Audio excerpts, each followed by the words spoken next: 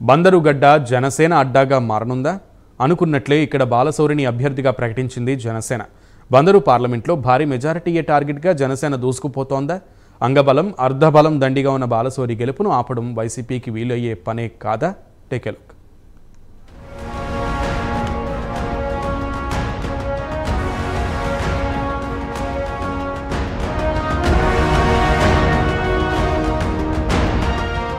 వల్లభనేని బాలశౌరి ఈ పేరు వింటే ఆయనను అభిమానించేవారు పులకరిస్తారు. రాజకీయాలకు అతీతంగా ప్రజాదరణ సొంతం చేసుకున్న అతి కొద్ది మంది రాజకీయ నేతల్లో బాలశౌరి ఒకరు. వ్యాపార రంగంలో ఉన్నత స్థానంలో ఉన్నప్పుడే ప్రజాసేవ కోసం సుఖాలన్నీ వదిలేసి ప్రజాక్షేత్రంలోకి వచ్చారు. పార్టీలకు రాజకీయాలకు అతీతంగా అన్ని వర్గాలకు న్యాయం చేసిన ఘనత బాలశౌరికే దక్కుతుందన్నది ఉమ్మడి కృష్ణా, ఉమ్మడి గుంటూరు జిల్లాల వ్యాప్తంగా వినిపించే మాట. కాంగ్రెస్ పార్టీలో ఒక వెలుగు వెలిగారు బాలశౌరి. నాటి ఉమ్మడి రాష్ట్రంలో కీలక నేతల్లో ఒకరిగా ఎదిగారు. పిలిస్తే పలికే నేతగా, ఆపదలో ఆదుకునే నాయకుడిగా ప్రజలకు దగ్గరయ్యారు. ఆ తర్వాత జరిగిన రాజకీయ పరిణామాల కారణంగా వైసీపీలోకి వెళ్లారు. అయితే వైసీపీలో ఆయనకు సరైన ప్రాధాన్యత ఇవ్వలేదు జగన్. ప్రజా బలమున్న నేతలను జగన్ పక్కన పెడతారన్న ఆరోపణలు నిజమేనేమో అనుకునేలా బాలశౌరికి ప్రాధాన్యత ఇవ్వకుండా పక్కన పెట్టారు. ఈ తరుణంలో బాలశౌరి వైసీపీకి రాజీనామా చేసి జనసేనలో చేరారు. అప్పుడే బందరు టికెట్ బాలశౌరికే అన్న ప్రచారం జరిగింది. అనుకున్నట్టే తాజాగా టికెట్ బాలశౌరికే కేటాయిస్తూ జనసేన పార్టీ నిర్ణయం తీసుకుంది.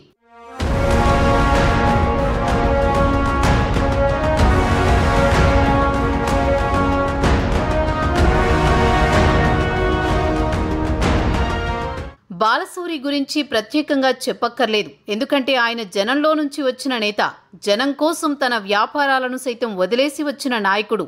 మచిలీపట్నం లోక్సభ స్థానం నుంచి జనసేన పార్టీ అభ్యర్థిగా వల్లభనేని బాలశౌరిని ప్రకటించడంతో జనసేన పోటీ చేస్తున్న 2 పార్లమెంటు స్థానాలకు అభ్యర్థులను ప్రకటించినట్లయింది.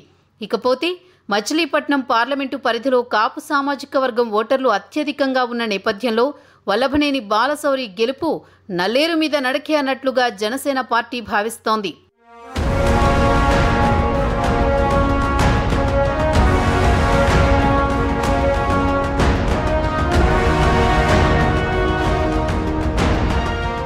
మెగా కుటుంబంతో అనుబంధం ఉన్న బాలశౌరి జనసేన పార్టీలో చేరాక పవన్ గురించి చెప్పిన మాటలు ఎవరూ మర్చిపోలేరు.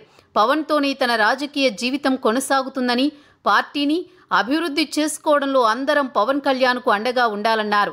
రాష్ట్రంలో పవన్ ఉన్నారు కనుకే కొద్దో గొప్పో ప్రజాస్వామ్యం అమలవుతోందని చెప్పుకొచ్చారు. మెగాస్టార్ చిరంజీవిపై కూడా బాలశౌరి ప్రశంసలు కురిపించిన సంగతి తెలిసిందే. మెగాస్టార్ చిరంజీవి తనకు పెద్దన్నయ్య అని చెప్పుకొచ్చిన సంగతి తెలిసిందే. తన మాటలతోనే చిరంజీవి పవన్ కళ్యాణ్లపై తనకు ఎంతటి అభిమానం ఉందో అన్నది చాటుకున్నారు బాలశౌరి.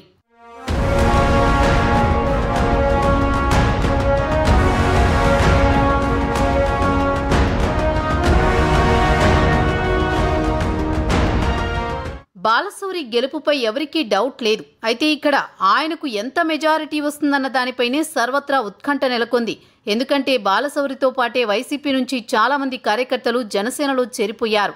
ఇటు జనసేనకు బందరు పార్లమెంటు పరిధిలో గట్టి ఫాలోయింగ్ ఉంది. టీడీపీ, బీజేపీల బలం అందుకు అదనం. కూటమి అభ్యర్థి కావడంతో అంచనాలు మరింతగా పెరిగిపోతున్నాయి. దాదాపు 3 లక్షల పైచిలుకు ఓట్ల మెజారిటీ అంటూ బాలశౌరి గెలుపుపై రాజకీయ వర్గాలు అంచనా వేస్తున్నాయి.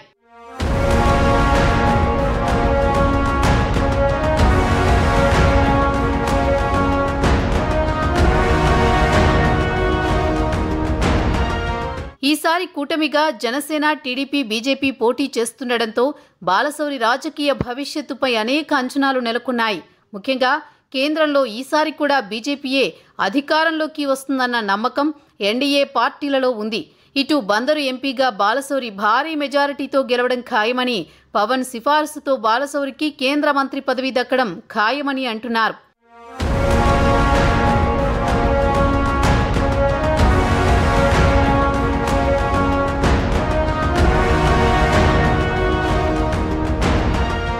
నిజానికి బాలశౌరికి కేంద్ర మంత్రి పదవి ఎప్పుడో దక్కి ఉండాల్సింది.